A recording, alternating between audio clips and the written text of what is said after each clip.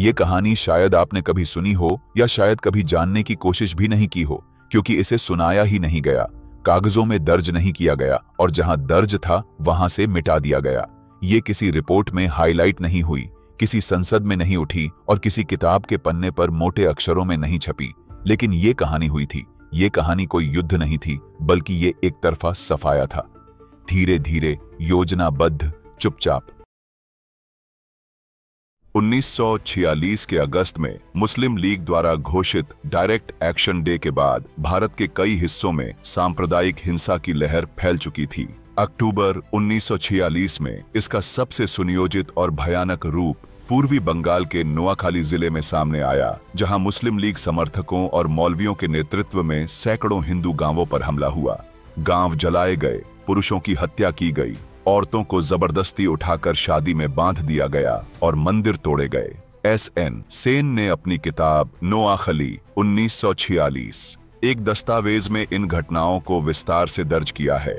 महात्मा गांधी खुद नोआखली पहुंचे और 4 महीने वहीं रहे, लेकिन तब तक ज्यादातर गांव उजड़ चुके थे।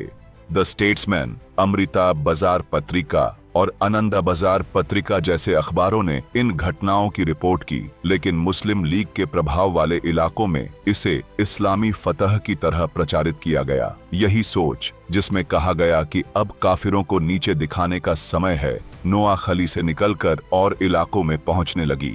मुस्लिम League attack on Sikhs and Hindus in the Punjab 1947 नामक SGPC श्वेत पत्र में भी लिखा गया है कि कैसे बंगाल, बिहार और पंजाब की सीमाओं के आसपास की कट्टर जमातें मस्जिदों और मदरसों के जरिए इसी मानसिकता का प्रचार कर रही थीं। पूर्वी बंगाल के टिप्परा, कुमिल्ला और चित्तगांव जैसे इलाकों में यही पर्चे, भाषण और मानसिकता देखी गई और यहीं से यह लहर धीरे धीरे त्रिपुरा की ओर पहुंची।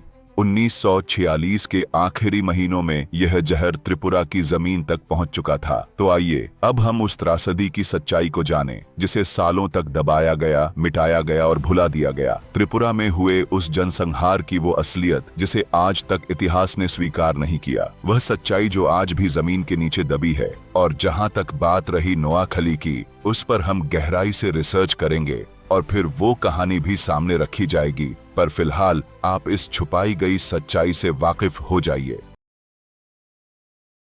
1946 के दौरान त्रिपुरा एक आजाद रियासत थी, जो ब्रिटिश हिंदुस्तान का हिस्सा नहीं थी, बल्कि एक राजा के कंट्रोल में चल रहा इलाका था। उस समय राजा वीर विक्रम सत्ता में थे, जिनकी नीतियां प्रशासन और तहजीब से जुड़े मामलों पर केंद्रित थीं।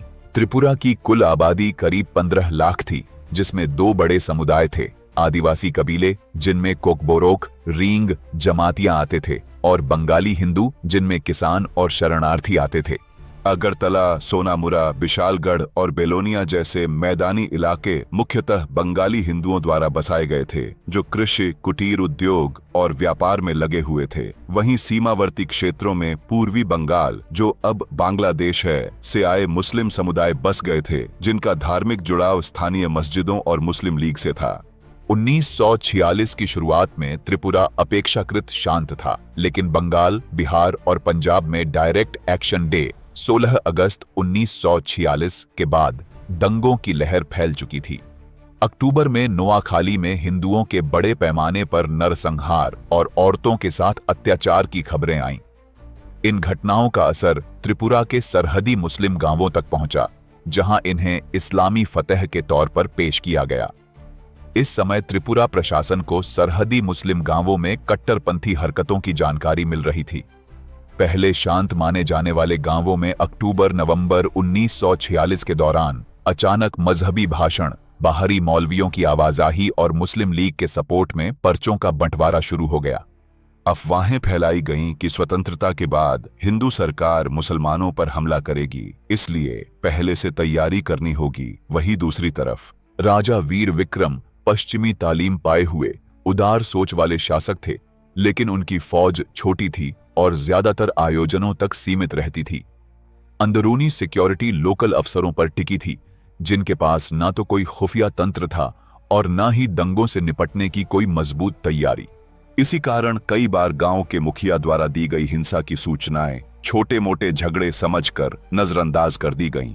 इसी समय पूर्वी बंगाल में मुस्लिम लीग की सत्ता मजबूत हो चुकी थी और वहां से भागकर आने वाले हिंदू शरणार्थियों की संख्या त्रिपुरा में बढ़ रही थी। उनकी कहानियों ने हिंदू गांवों में डर और बेचैनी फैला दी थी। इन्हीं हालात में सरहदी मुस्लिम इलाकों में यह प्रचार भी शुरू हुआ कि काफिरों को दबाने का यही समय है, क्योंकि अंग्रेज जाने वाले हैं और ताकत का संतुलन बदल रहा है। यह प्रचार सिर्फ जुबानी नहीं थे। टिप्परह और चित्तगांव के मदरसों और मस्जिदों से छपे बांग्ला पर्चे और भाषण त्रिपुरा के गांवों में बांटे जा रहे थे।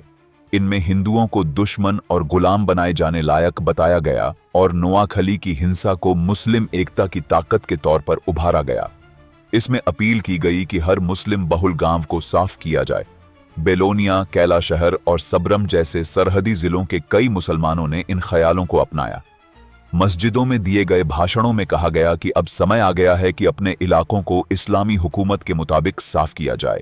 इस मजहबी जोश को प्रशासन द्वारा नजरअंदाज किए जाने की वजह से हालात और भी गंभीर होते चले गए। मिसाल के तौर पर अगरतला के पास ढलाई गांव में नोआखली से आए एक ब्राह्मण परिवार ने वहां के पटवारी को चेताया कि मस्जिदों में वही बातें हो रही हैं जो वहां दंगों से पहले होती थीं। इसी समय टिप्परह और कुमिल्ला से कई मुस्लिम मौलाना त्रिपुरा में दाखिल होकर सरहदी मुस्लिम इलाकों में सक्रिय हुए।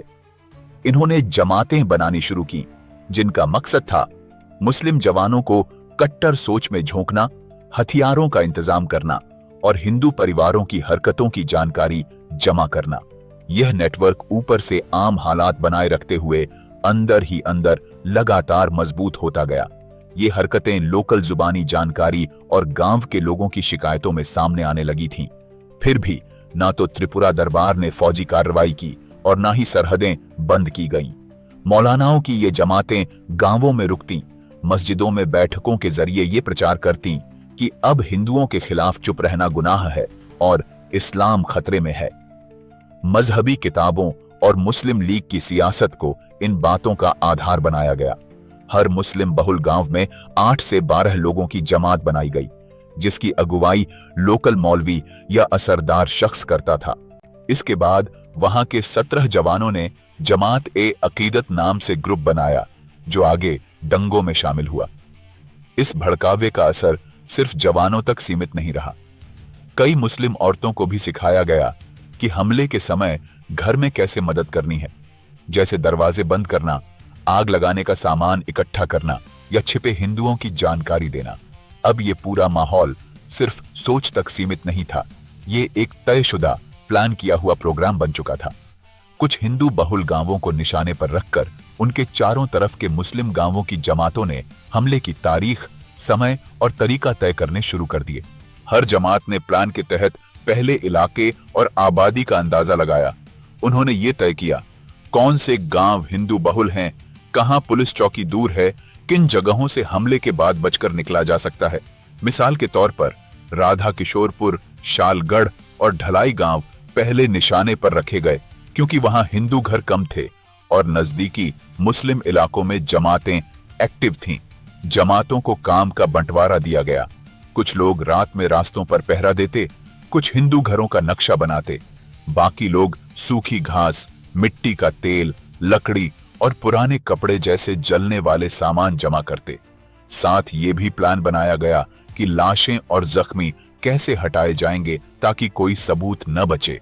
प्लान में यह भी कहा गया था कि अगर हिंदू मर्द भाग जाएं, तो पीछे छूटी औरतों और बच्चों पर खास तौर पर हमला किया जाए, ताकि वो दोबारा लौटने की हिम्मत न कर सकें। यह केवल दंगा नहीं था, यह एक स्पष्ट एथनिक क्लेंजिंग की रूपरेखा थी, जिसमें जनसंहार और सांस्कृतिक सफाया शामिल था। हमले की तारीख और समय सोच समझकर त्योहारों के मुताबिक रखी गई। जैसे एक गांव पर हमला मकर संक्रांति के दिन किया गया, जब ज्यादातर लोग पूजा और समाजी प्रोग्रामों में लगे होते हैं, जिससे जवाब देने की गुंजाइश कम हो जाती है। कुछ हिंदू मुखिया और ब्राह्मणों को पूर्व चेतावनियां मिलने लगी थीं। कई गांवों में रात्रि में अजनबी लोगों की आवाजाही, मस्जिदों से अनजान भाषण और हाट बाजारों में असामान्य हलचल देखी गई। शालगढ़ के मुखिया ने रिपोर्ट में बताया कि पड़ोसी गांव के जवानों ने अचानक खेती का काम छोड़ दिया और रात को टोलियों में घूमने लगे। कुछ सीमाई क्षेत्रों से सूचना मिली कि जमातें हथियार और ज्वलनशील पदार्थ जमा कर रही हैं, लेकिन पुष्टि के अभाव में कोई कार्रवाई नहीं की गई। हिंदू गांवों की आबादी उलझन में थी। शरणार्थियों की बातें डर पैदा करने वाली थी, लेकिन उन्हें अपने मुस्लिम पड़ोसियों पर यकीन भी था। जिन्होंने नोआखली से बचकर आए लोगों की बातें सुनी थी, वो धीरे धीरे गांव छोड़ने की तैयारी करने लगे थे। 1947 की शुरुआत में जैसे ही माघ का महीना आया, दक्षिण त्रिपुरा में हिंसा की पहली तयशुदा लहर शुरू हुई। पहले हमले का निशाना बना बेलोनिया सब डिवीजन का राधा किशोरपुर, जहां हिंदू घर कम थे और चारों तरफ मुस्लिम गांवों की जमातें एक्टिव थीं। 10 जनवरी 1947 की रात राधा किशोरपुर में हमला शुरू हुआ। उस दिन मर्द देर शाम खेतों से लौटे थे और ज्यादातर घरों में रात का खाना खाया जा रहा था। हमलावरों ने गांव के पश्चिमी हिस्से से पहले से निशान लगाए हिंदू घरों पर मिट्टी के तेल में भीगे कपड़े जलाकर फेंके, जिससे कुछ ही मिनटों में 3 घर जलने लगे। हमलावरों के पास लाठी, हंसिया, कुल्हाड़ी, लोहे की छड़ें और कुछ देसी बंदूकें थीं। पहले घर के बूढ़े मर्दों को निशाना बनाया गया, फिर औरतों और बच्चों को। कुछ औरतों को बाल पकड़कर बाहर घसीटा गया और पास के गांवों की तरफ ले जाया गया। लोकल लोगों के मुताबिक राधा किशोरपुर में 10 से ज्यादा घर जलाए गए, 5 लोगों की हत्या हुई और 4 औरतों को उठा लिया गया। पुलिस चौकी 5 किलोमीटर दूर थी और जब तक वहां पहुंचा गया, हमलावर भाग चुके थे। पीड़ित घरानों को हमलावरों के नाम मालूम थे, क्योंकि वे पड़ोसी गांवों से थे। फिर भी डर की वजह से कोई भी शिकायत लिखित तौर पर दर्ज नहीं हुई। अगले 2 दिन में पूरे इलाके में खौफ फैल गया। ये हमला सिर्फ शुरुआत थी। कुछ ही दिनों बाद 14 जनवरी मकर संक्रांति के दिन शालगढ़ पर हमला हुआ। जानबूझकर चुना गया दिन, क्योंकि लोग मंदिरों में व्यस्त थे। हमले का तरीका राधा किशोरपुर जैसा ही था, लेकिन यहां कुछ गांव वालों ने लाठी, जलती मशालें और पत्थरों से जवाब देने की कोशिश की। इसके बावजूद हमलावर ज्यादा तादाद में थे और हथियारों से पूरी तरह लैस थे। शालगढ़ में कम से कम 23 घर जलाए गए, 11 लोगों की हत्या हुई, 7 महिलाओं के साथ बलात्कार की पुष्टि हुई, 2 मंदिरों को आग लगाई गई और मूर्तियां तोड़ी गईं। इन हमलों के बाद हिंदू बस्तियों में भगदड़ मच गई। बहुत से लोग जंगलों में छुप गए। औरतें बच्चों को लेकर मंदिरों या आश्रमों की तरफ पहुंची और कई घराने रातों रात सब कुछ छोड़कर अग्रतला की तरफ भागने लगे। ये वही लोग थे जिन्होंने नोआखली की चेतावनियों को कभी अफवाह समझा था। अब वही मंजर उनकी आंखों के सामने था। एक चौंकाने वाली बात यह थी कि कई मुस्लिम पड़ोसियों ने इन हमलों में हिस्सा लिया। शुरुआती हमलों के बाद हुकूमत की तरफ से सिर्फ नाम की जांच शुरू की गई। कोई गिरफ्तारी नहीं हुई और ना ही कोई मजबूत कार्रवाई।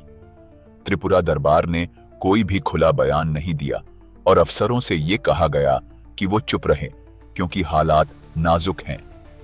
राधा किशोरपुर और शालगढ़ में शुरू हुई हिंसा के बाद त्रिपुरा के दक्षिणी और पश्चिमी सरहदी इलाकों में हमले और ज्यादा प्लान के साथ और आपस में मिलकर किए जाने लगे। अब एक ही रात में कई गांवों को निशाना बनाया जाने लगा। इसके कुछ दिन बाद 20 जनवरी 1947 की रात बेलोनिया सब डिवीजन के 5 गांव मोटाबाड़ी, कमलपुर, उदयपुर, धर्मपुर और बोलजुरी पर एक साथ हमला किया गया। ये गांव पहले से मुस्लिम जमातों द्वारा निशाने वाले गांव के तौर पर चिन्ह लगाए गए थे, जहां हिंदू आबादी 70% थी। हमलावरों ने रात के पहले हिस्से में चारों दिशाओं से गांवों में दाखिल होना शुरू किया। कई जगह लोकल मुस्लिमों ने हमलावरों को रास्ता दिखाया और इशारे दिए। पहले बिजली काटी गई, फिर दक्षिण और पश्चिम से आग लगाना शुरू हुआ।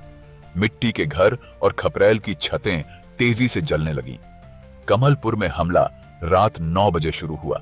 वहां के निवासी ने बताया, पीछे से आग की लपटें दिखीं, हम भागे, तभी उन्होंने 2 और घरों में आग लगा दी। मेरी पत्नी और बेटी को पकड़ लिया गया, मैं भाग नहीं पाया। इसके बाद गांव वालों की गवाही के मुताबिक कमलपुर और मोटाबाड़ी में कुल 34 घर जलाए गए, 17 लोग मारे गए, 9 औरतें गायब हुईं और 5 जबरदस्ती के मामले दर्ज हुए। इन हमलों में लोकल मदद सबसे डराने वाली बात थी। ज्यादातर गांवों में पहले से बसे मुस्लिम घरानों ने हमलावरों को मदद दी, लेकिन कुछ मुस्लिम अच्छे भी थे।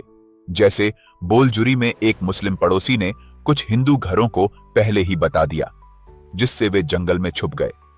फिर भी वहां 11 घर जलाए गए और 3 लोग मारे गए।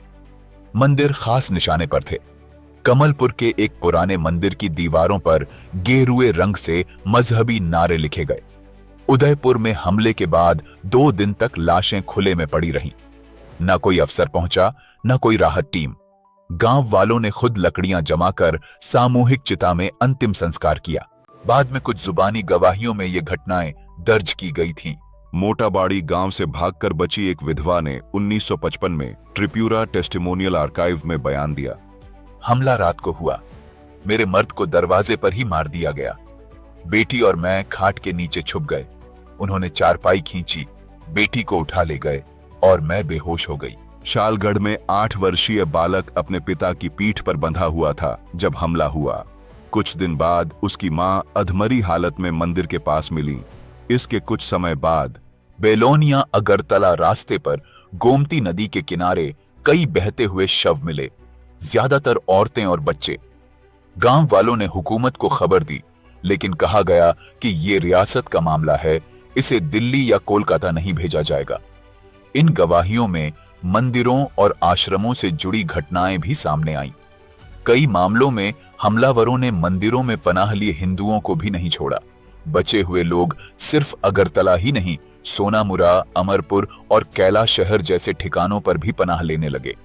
कुछ रिपोर्टों में लिखा गया, करीब 1200 से 1500 लोग दक्षिणी जिलों से सरहदी इलाकों में छुपे हुए हैं।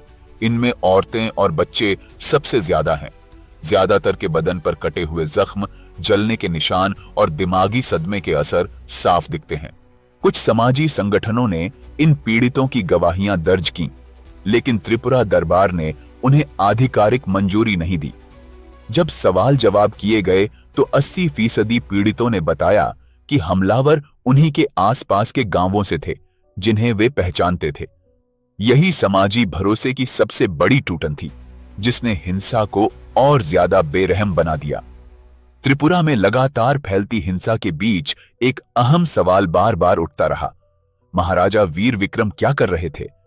महाराजा उस समय करीब 30 साल के त्रिपुरा के आखिरी राज करने वाले राजा थे, अंग्रेजी तालीम पाए हुए, आगे की सोच रखने वाले।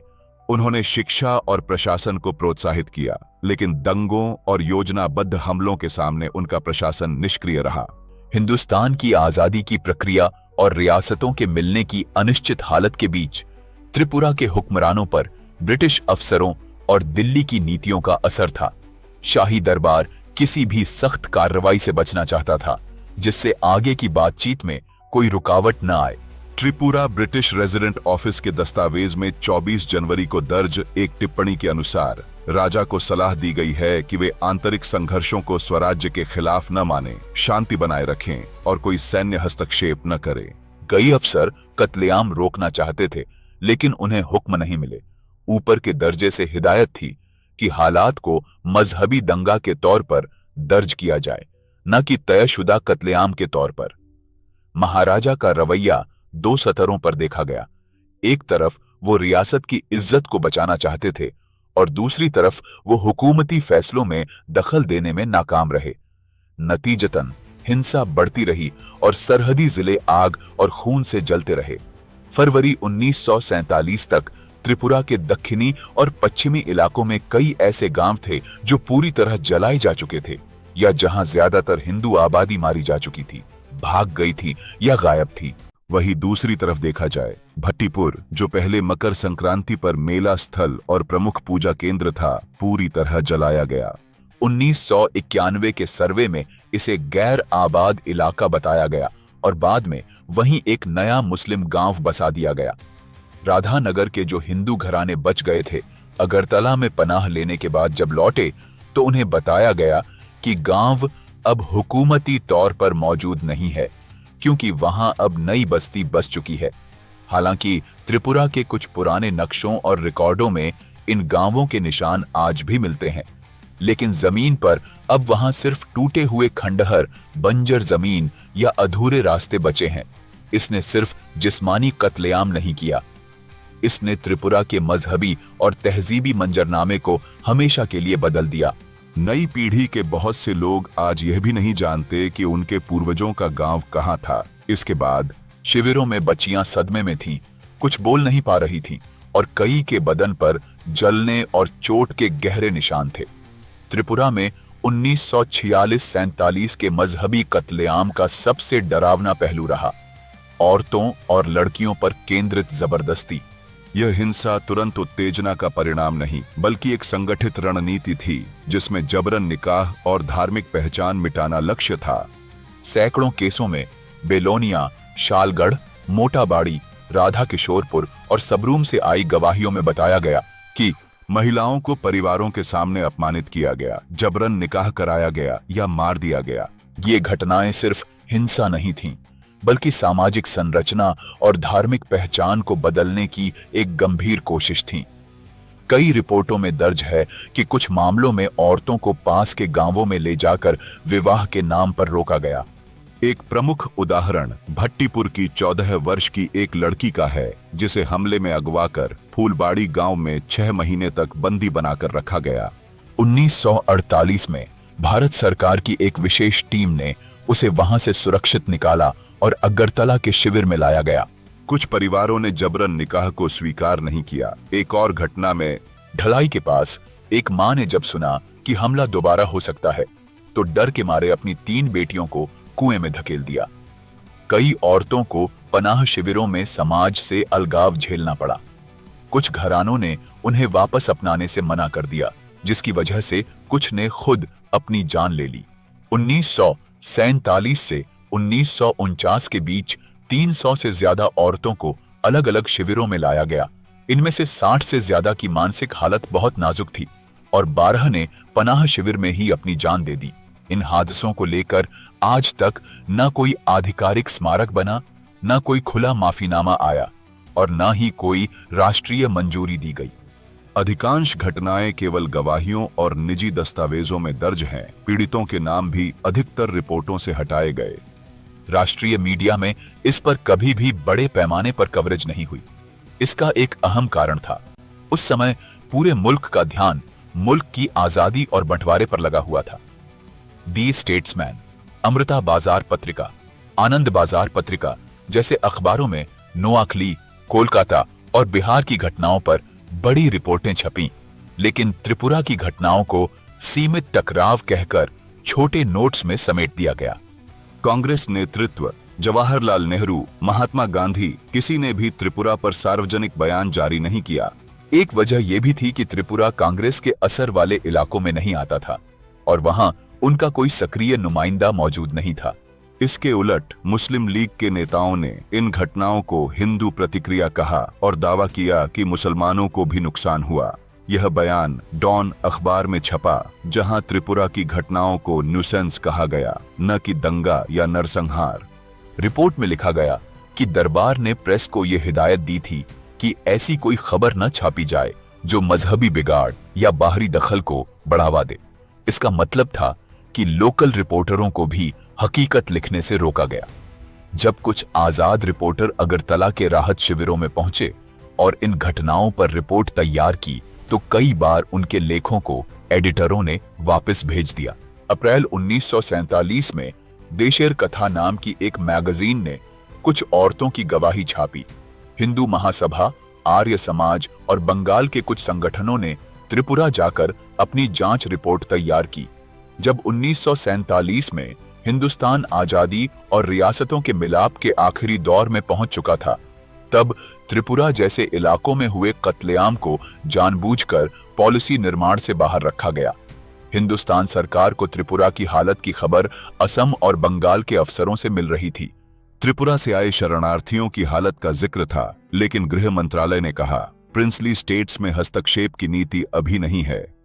ब्रिटिश रेजिडेंट की रिपोर्टें भी बताती हैं कि मजहबी तनाव बढ़ रहा है, मगर 15 अगस्त तक अमन बनाए रखने का फैसला किया गया था, इसलिए कोई फौजी या प्रशासनिक दखल नहीं किया गया। 1949 में जब त्रिपुरा का राज चलाने की जिम्मेदारी हिंदुस्तान सरकार के पास आई, तब तक इन वारदातों को 2 साल से ज्यादा हो चुके थे और ज्यादातर कागजों को बंद फाइल कहकर किनारे रख दिया गया। जब कुछ हिंदू संगठनों ने भारत सरकार से जांच की मांग की तो जवाब मिला, घटनाएं पूर्व स्वतंत्रता काल की है और अब नई प्रशासनिक प्राथमिकताएं तय की जा रही हैं। पीड़ितों की तरफ से लिखा गया, हमारी बेटियां उठा ली गईं, मंदिरों को तोड़ दिया गया, गांवों को मिटा दिया गया, मगर हमें कहा गया कि ये सब पुरानी बातें हैं और सरकार को अब आगे देखना है। इसके बाद त्रिपुरा में पीड़ितों की आवाजें धीरे धीरे खामोश कर दी गईं। इस पूरी त्रासदी को नीतियां तय करने वालों ने सियासी नजरिए से दूर रखने का फैसला किया। नतीजा, न गुनहगारों को सजा मिली, न पीड़ितों को इंसाफ या मुआवजा मिला, और सिर्फ चुप्पी, सरकारी बेरुखी और धीरे धीरे भुला दिए जाने की रवायत चलती रही। त्रिपुरा में 1946-47 के दौरान जो कुछ भी हुआ, अगर उसे बस फसाद कहा जाए तो ये बात अधूरी रहेगी। जो हिंदू खानदान अगरतला या दूसरे शहरों में जा बसे, उन्होंने अपने स्तर पर मंदिर बनाए, पूजा की रवायतें बचाईं और याद रखने के लिए कुछ ढांचे खड़े किए। लेकिन इनमें न सरकार की कोई हिस्सेदारी थी, न किसी संस्था की मदद। अगर त्रिपुरा में यही सब किसी और दिशा से हुआ होता या अगर पीड़ितों की जगह हमलावर बदल जाते तो शायद आज यह इतिहास की किताबों में पढ़ाया जा रहा होता, किसी सरकारी दस्तावेज का हिस्सा बन चुका होता और हर साल कोई नेता मोमबत्ती लेकर श्रद्धांजलि देने आता। लेकिन चूंकि मरने वाले उस राज्य से थे जहां वोट बैंक का असर कम था और मरवाने वाले सत्ता समीकरणों के लिए असहज नहीं थे, इसलिए सब खामोश रहे। न राज्य बोला, न केंद्र, न इतिहासकार बोले, न बुद्धिजीवी। यह वह जगह थी जहां इंसाफ टला नहीं बल्कि जानबूझकर छोड़ा गया। त्रिपुरा सिर्फ एक जनसंहार की कहानी नहीं है, ये उस भारत का चेहरा है जो जब चाहे चुनिंदा स्मृतियां रखता है और जब चाहे सब मिटा देता है। अगर आपको हमारा रिसर्च अच्छा लगे तो नीचे डिस्क्रिप्शन में दिए लिंक से सपोर्ट करें। इस वीडियो को देखने के लिए धन्यवाद। मिलते हैं अगली बार। प्लीज लाइक करें, शेयर करें और सब्सक्राइब करें। जय हिंद, जय भारत।